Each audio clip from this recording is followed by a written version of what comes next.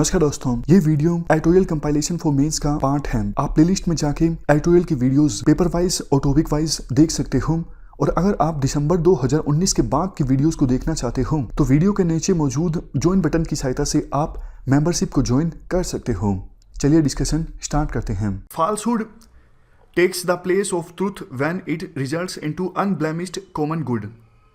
थिरुकुरल ने ये बात कही थी, उनका ये कोट है। अनब्लेमिश्ड का मतलब क्या होता है? बेदाग।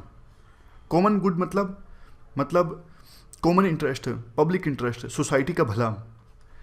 झूठ जो है वो सच की जगह ले लेता है अगर झूठ से सोसाइटी का भला होता हो।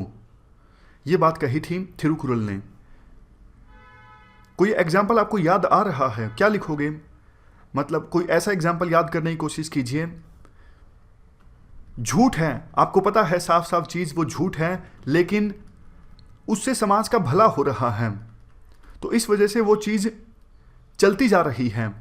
यानी झूठ ने सच का स्थान ले लिया है और लोग उसे एक्सेप्टेबल भी अब मानने लगे हैं। सोच के देखिए, कोई एग्जाम्पल आपके ध्यान में आता हो जो चीज झूठ है लेकिन फिर भी उससे सोसाइटी का भला हो रहा है। एक सिंपल एग्जाम्पल देखो, कास्ट सिस्टम का हो सकता है।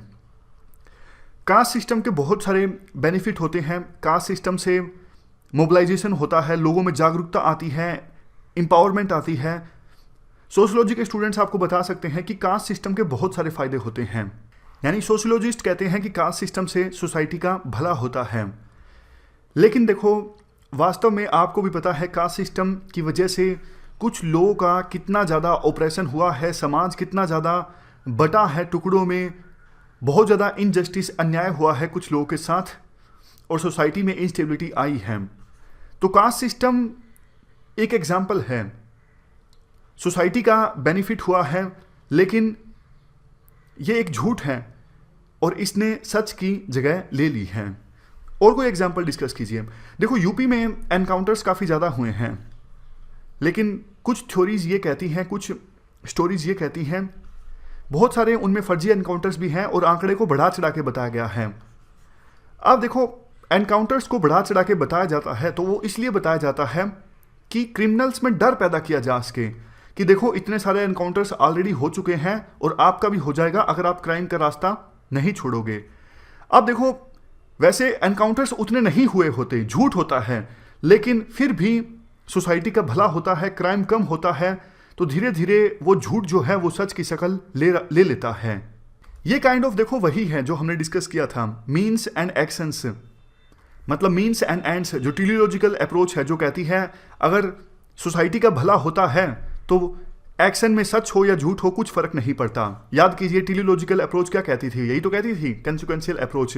रिजल्ट अच्छा होना चाहिए, एक्शंस कैसे भी हों, मीन्स कैसे भी हों, कुछ फर्क नहीं पड़ता। लेकिन देखो, आप इसको पूरी तरह से जस्टिफाई नहीं करोगे। आप बताओगे कि कुछ समय तक तो ठीक है, लेकिन हमेशा हमेशा के लिए हम ये नहीं कह सकते कि सोसाइटी का भला होगा ही। झूठ झूठ होता है, सच सच होता है। आज नहीं तो कल सच सामने आएगा ही, झूठ सामने आएगा ही।